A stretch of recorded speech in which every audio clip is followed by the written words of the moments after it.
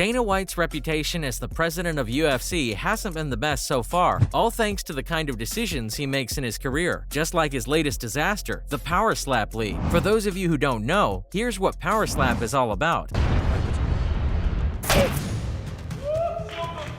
Both these dudes are tough. Kennedy. Oh my God.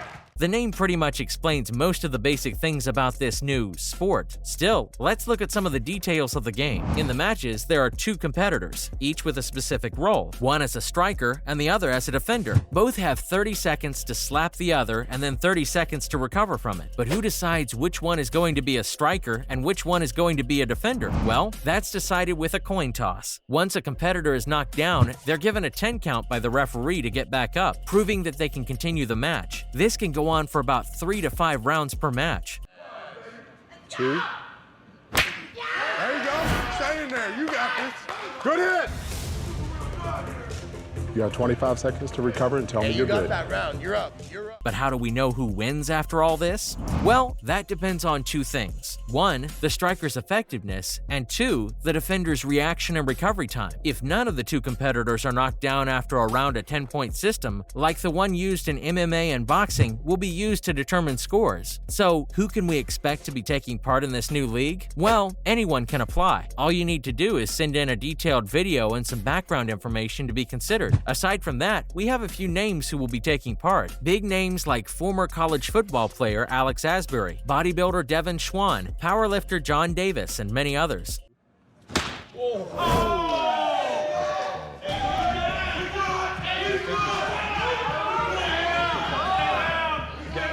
But despite all this, the sport is being criticized by everyone for a bunch of reasons. Slap fights as a form of entertainment seem a little violent. I know what you guys are thinking right now. Aren't boxing, MMA, and all such sports the same thing? And yes, I agree, to some extent, but those things have been under criticism for ages. There have been improvements in the sport that make it much more civil than it used to be. But looking at the nature of this new league, fans of UFC think that just might not be possible. Just cumbersome. Robert Hester's retreating, Dan. Yeah. Oh, he goes down with a knee. He's going through He goes with down some with a heavy knee. shots.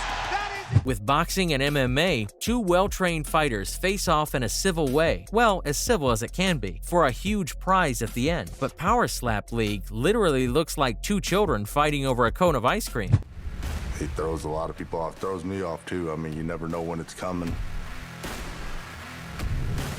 Slap Jesus, he did fine, didn't. Replace the cone of ice cream with a small money prize, and the children with truck drivers from Texas. Oh, and not to mention how this probably wasn't the best time to announce the league.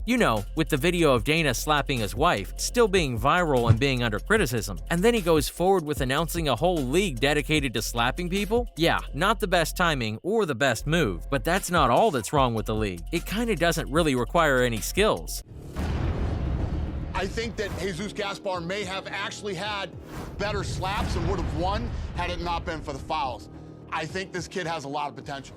To the people who are comparing this new league with MMA and boxing, they tend to forget that both those sports require a lot of training and skills and practice. But slapping your opponent until a knockout sounds pretty dumb, no? Well, that's exactly how UFC fans across the world think about the Power Slap League.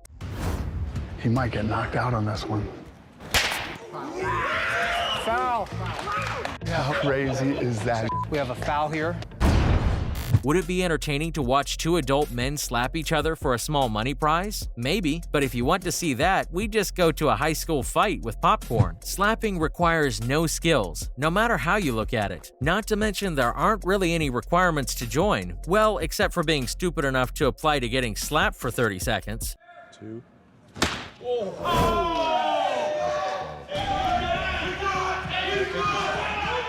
This just makes the whole thing seem so pointless. And you know what that means? It's a bad investment. No one seems to understand why Dana, being the president of UFC, would look at the idea of a Power Slap League and go, yup, this looks like a great investment. I mean, come on. Sure, moments from the sport might go viral. They definitely will, considering how ridiculous it all is.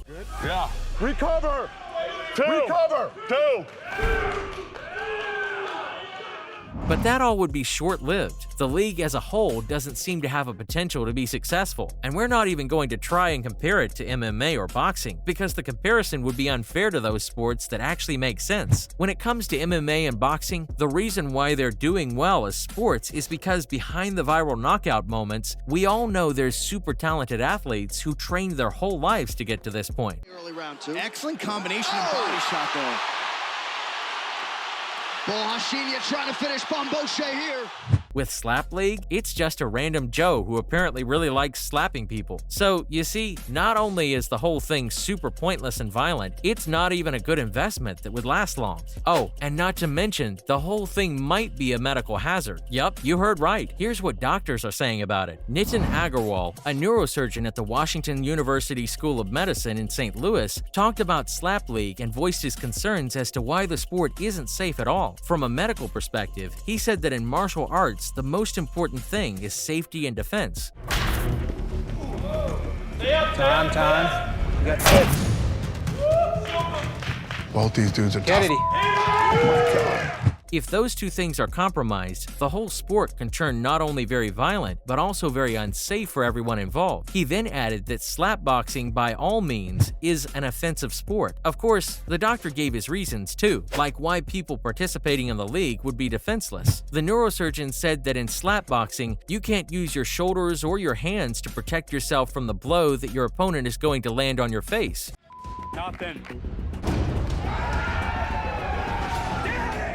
Not to mention, you can't even turn your head a little or change the angle or soften the blow or even control where you're going to take the blow. So, all in all, it's just very risky to play this sport. So that's very worrisome, he added. Agarwal continued talking about how these slaps can be life-changing for the players.